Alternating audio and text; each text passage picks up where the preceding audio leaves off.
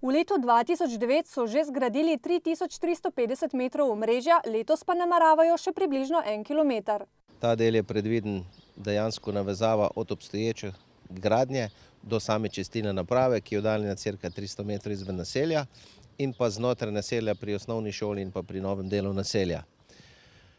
Ta čistilna naprava je biološka čistilna naprava z zmogljivostjo 500 populacijskih enot. Ker so leta 2009 za čistilno napravo pridobili evropska sredstva, morajo vsa dela končati do konca junija. V zvezi s tem pa je treba povedati, da ni dovolj, da bo zgrajena sama čistilna naprava in pa kolektor povezovalni, vendar bo treba še zgraditi tudi individualni priključke, čemu je čistilna naprava tudi namenjena, se pravi čiščenje odpadnih voda.